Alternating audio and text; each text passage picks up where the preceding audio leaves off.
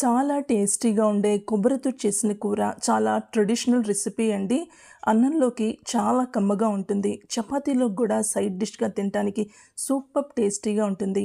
నమస్తే, సిరిసిరి క్రియేషన్కి స్వాగతం. ఈరోజు వీడియోలో కొబ్బరితో చేసిన కూరని ఎలా చేయాలో చూసేద్దాం. ముందుగా సన్నగా స్లైసెస్గా కట్ చేసుకున్న 400 గ్రాముల పచ్చి కొబ్బరిని తీసుకున్నానండి.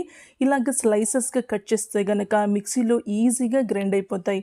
తరువాత ఒక పావు కప్పు పచ్చిశనగపప్పు తీసుకొని వీటిని ఈ కూర వండుకునే ఒక 20 నిమిషాల ముందు నీళ్ళల్లో నానేసి ఉంచుకోవాలి. ముందుగా శనగపప్పుని ఉడకపెట్టుకోవాలి. నానపెట్టిన శనగపప్పులో నీళ్ళన్నీ తీసేసి ఇప్పుడు ఉడకపెడుతున్నానండి. కుక్కర్లో అయినా సరే పచ్చిశనగపప్పుని ఉడకపెట్టుకోవచ్చు. ఒకవేళ కుక్కర్లో ఉడకబెడితే గనక 1 కప్ పచ్చిశనగపప్పుకి 2 కప్పుల నీళ్లు పోసి 3 విజిల్స్ వచ్చేంత వరకు ఉంచి తీసేయటమే. కాసేపటికి చూస్తున్నారు కదండి, ఈ శనగపప్పు ఆల్మోస్ట్ ఉడికిపోయాయి. చేత్తో పట్టుకొని చూస్తే గనక, చెక్ చేస్తే గనక మ్యాష్ అయిపోయాయి శనగపప్పు.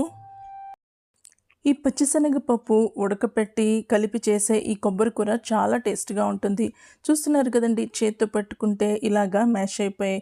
ఇప్పుడు ఫ్లేమ్ ఆఫ్ చేసేసి ఈ శనగపప్పుని పక్కన పెట్టుకుని ఉంచుకోవాలి.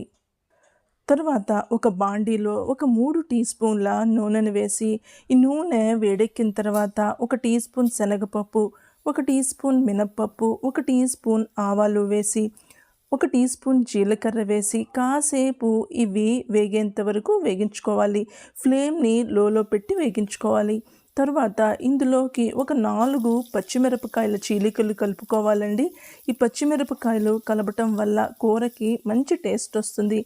ఈ పచ్చిమిరపకాయలు వేగిన తర్వాత ఇందులోకి ఇప్పుడు పచ్చి కొబ్బరిని, గ్రైండ్ చేసిన పచ్చి కొబ్బరిని ఇందులో కలుపుకోవాలి.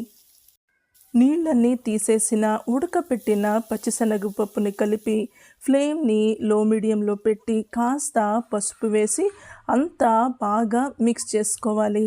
ఎక్కడ మాడిపోకుండా ఫ్లేమ్ని లో మీడియంలో పెట్టి ఈ కొబ్బరిని, శనగపప్పుని మిక్స్ చేసుకోవాలి.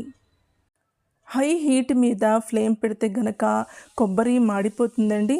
కాబట్టి లో మీడియంలో పెట్టి ఒకసారి మిక్స్ చేసిన తర్వాత ఇందులోకి కూరకి తగినంత ఉప్పును కలుపుకోవాలి. ఉప్పు కలిపిన తర్వాత మళ్ళా ఒకసారి ఈ కూరనంతా కలుపుకోవాలి. ఈ కూరలో నీరు పోయి పచ్చి కూడా పోవాలండి కొబ్బరిలో. ఇలాగ కాసేపు వేగించాలి. ఈ కొబ్బరిని డీప్గా అయినా ఫ్రై చేయొచ్చు. కూర వేగి ముద్దగా ఉన్నప్పుడైనా సరే తీసేయచ్చు. ఎలా చేసినా సరే ఈ కొబ్బరి కూర చాలా టేస్ట్గా ఉంటుంది. కూర వేగిపోయినట్టేనండి. చివరికి నేను ఇంగు పోపు వేస్తున్నా. ఈ పోపు చాలా రుచిగా ఉంటుంది. కొబ్బరి కూరలో నూనె వేసి, నూనె వేడెక్కిన తర్వాత ఒక 4 ఎండుమిరపకాయలు వేసి కాస్త ఒక పావు టీ స్పూన్ ఇంగు వేసి మిక్స్ చేసి, ఈ ఇంగు వేగిన తర్వాత ఈ కూరలో కలుపుతున్నాను. తర్వాత మంచి రుచి కోసం చివరికి కొత్తిమీరని కలుపుకోవాలి. ఒకసారి కూరనంతా మిక్స్ చేసుకోవాలి. ఈ కొబ్బరి కూరలో కొత్తిమీర కలిపి తింటే గనక చాలా టేస్ట్గా ఉంటుందండి. అంతేనండి, ఈ కొబ్బరి కూర రెడీ అయిపోయినట్టే. చాలా హెల్దీ రెసిపీ, పిల్లలకు కూడా తప్పకుండా నచ్చుతుంది. ఈ రెసిపీ వీడియో మీకు నచ్చితే గనక ప్లీజ్ ఛానల్ని లైక్ చేయండి, షేర్ చేయండి, సబ్స్క్రైబ్ చేసుకోవటం మర్చిపోవద్దు. మళ్ళీ ఇంకొక వీడియోతో మీ ముందుంటా. అంతవరకు సెలవు. నమస్కారం.